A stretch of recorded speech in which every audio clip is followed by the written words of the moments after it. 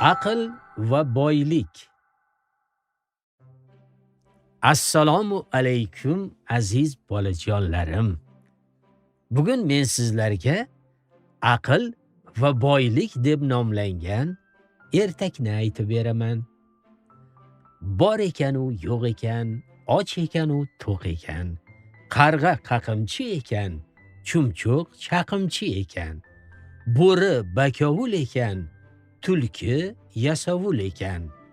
Qadim zamonda donishmand va sinchkov bir chol yashagan ekan. Uning oz emas, ko'p emas, 4 o'g'li bo'lib, chol ularni bir-biridan kam ko'rmay, o'zi yemay yedirib, kiymay kiydirib katta qilibdi. Bir kuni uning tobi qochib, barcha o'g'illarini yoniga chorlabdi. O'g'illarim,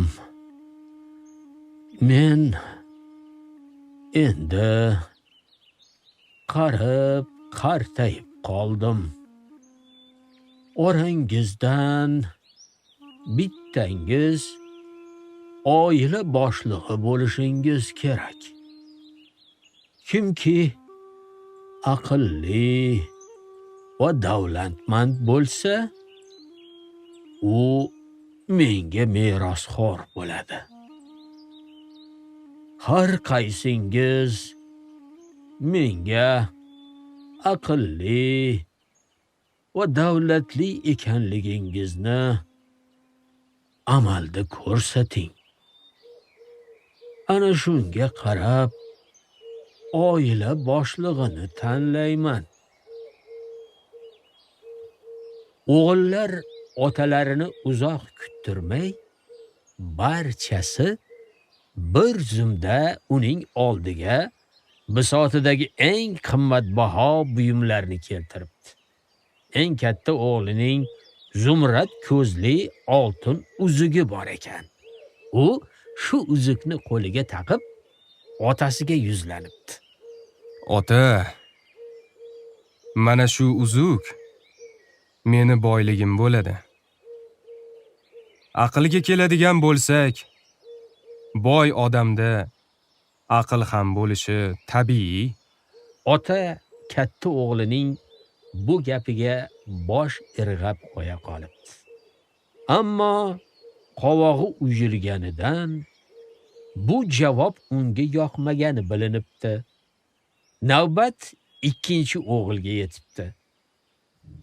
Uning juda qimmatbaho zarbof choponi bo'lib, o'rtanchi o'g'il darhol uni egniga ilib, otasiga qarab gap boshlabdi.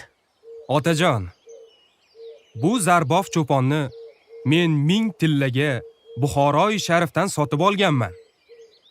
Aytishlaricha, bunaqa to'n faqatgina podshohlarda bo'larmish. Shu cho'ponda meni ko'rgan kishi boyligim va aqlimga albatta qoyil qoladi. Ota, siz nima deysiz? Afsuski, ikkinchi o'g'lining aytganlari ham cholga ma'qul tushmabdi. Aqli va boyligini namoyish qilish navbati 3-o'g'ilga kelibdi. Uning eng katta boyligi kumush va javohirlar qadalgan kamari ekan. O'g'il shu kamarni avaylab, alohida mehr bilan beliga bog'lab, u ham so'z boshlabdi. Ota, ishontirib aytamanki, hech kim umrida bunday kamarni ko'rgan emas. Unda dunyo xazinalarining 4dan 1 jamlangan. Boylik deb shunga aytsa bo'ladi. Ammo kamar egasi bo'lgan o'g'lining javobi ham cholga yoqmabdi. U boshini chayqab, katta o'g'illariga bir so'z demabdi.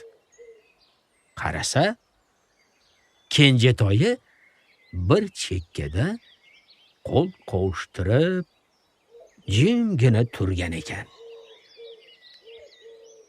Xo'sh, kenjatoyim, sen nega indamay turibsan? Aytchi, qaysi boyliging bilan maqtana olasan? Ota, menda akalarimda bo'lgan zumrad ko'zli uzuk ham, zarbof chopon ham, qimmatbaho kamar ham yo'q. Ammo mehnatdan qochmaydigan mehnatkash qo'lim, botir yuragim bor. Ana shular mening eng katta va topilmas boyligim. Ularni hech narsaga alishtirmayman. Kenji o'g'ilning javobidan otaning ko'ngli to'libdi va bor yo'g'ini unga meros qilib qoldiribdi. Katta o'g'illariga esa uning gapidan chiqmaslikni tayinlabdi. Shu akalar ukalarining izmida bo'lib, har ishda u bilan maslahatlashadigan, yo'l yo'riq so'raydigan bo'lishibdi.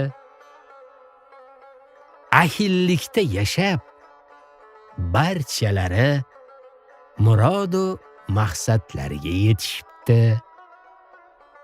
Mana shu joyda ertagimiz ham o'z nihoyasiga yetdi. Ko'rdingizmi, mitti do'stlarim? Pulning ko'pligi boy bo'lishimizni anglatmaydi.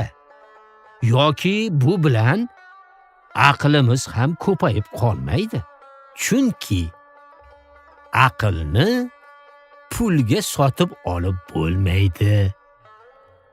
Boylikni o'z qo'limiz bilan yaratishimizni tushungan bo'lsangiz, sizlarga xayrli tun tilab qolaman.